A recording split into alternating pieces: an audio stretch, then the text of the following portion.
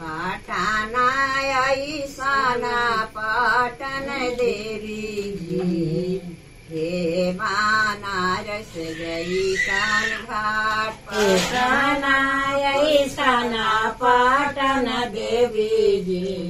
हे बनारस घाट हे बनारस जैसन घाट हे बनारस जैसन घाट पूजना चल सभती भैया आचर लिहाली दसाई पूजना चल सबती भैया आचर दिहाली पसार आचर लिहाली पसार पूजना चल सबती भैया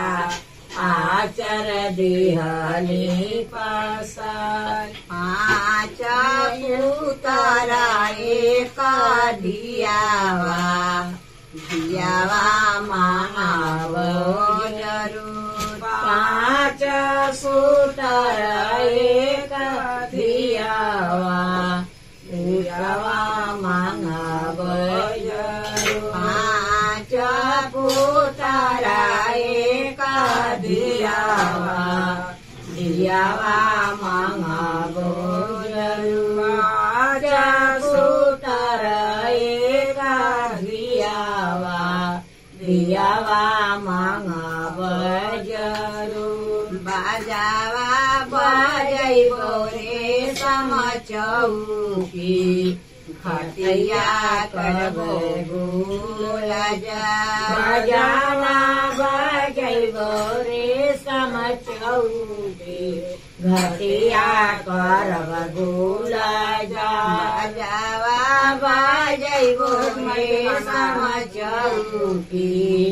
खटिया करब गुल जा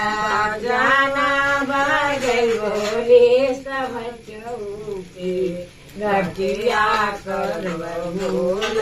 जा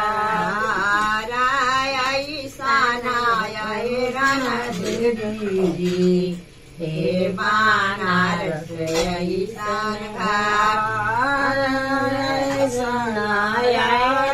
देवी जी हे बनारस ऐसन घाट ऐसन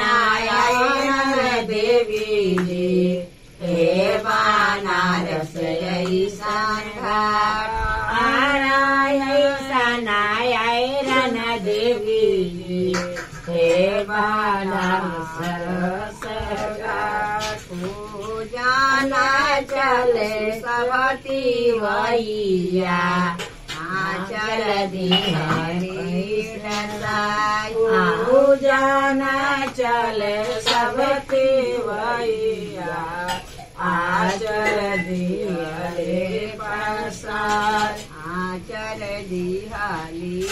पसार आचल दिहाली पसार पाँच पुतरा एक दियावा दियावा मांगबो जरूर पाँच पुतरा एक दियावा दियावा मांगबो जरूर दियावा मांगबो दियावा मांगबो जरूर बजावा बजैबो रे समचौकी खटिया करे गुल जा बजावा बजैबो रे समचौकी घटिया करे गुल जा घटिया करब गुल जा राम ऐसना डूमारे जानी हे बगसर ऐसन घाट हे बगसर ऐसन घाट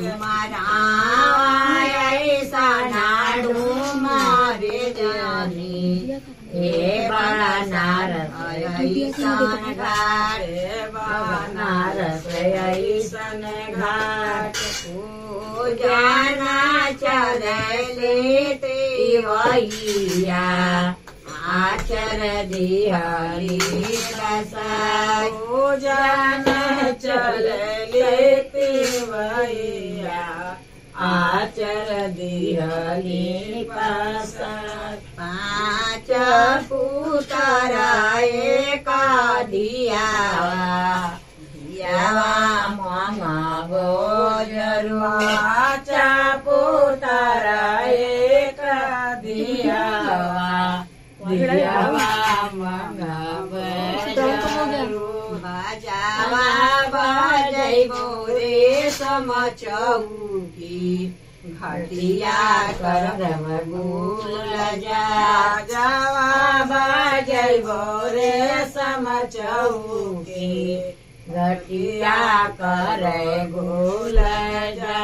घटिया करे गुल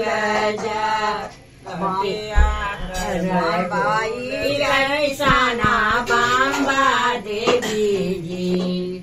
हे भानु ऐसन घाट हे भांडू ऐसन घाट हे भांडू ऐसन घाट जाना चले सबती वैया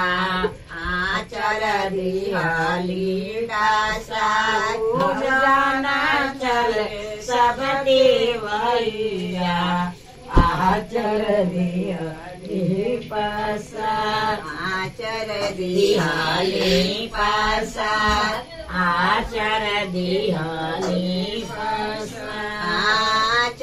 पुतरा एका दियावा मांगा बजारू पुतरा एका दियावा मांगा बजारू दियावा मांगा बजारू दियावा मांगा बजारू। बोला छठी माता की जय। हमारे चैनल के नाम लाइक करिए और सब्सक्राइब करिए, अपने दोस्तों से गाना का शेयर करिए। नमस्कार।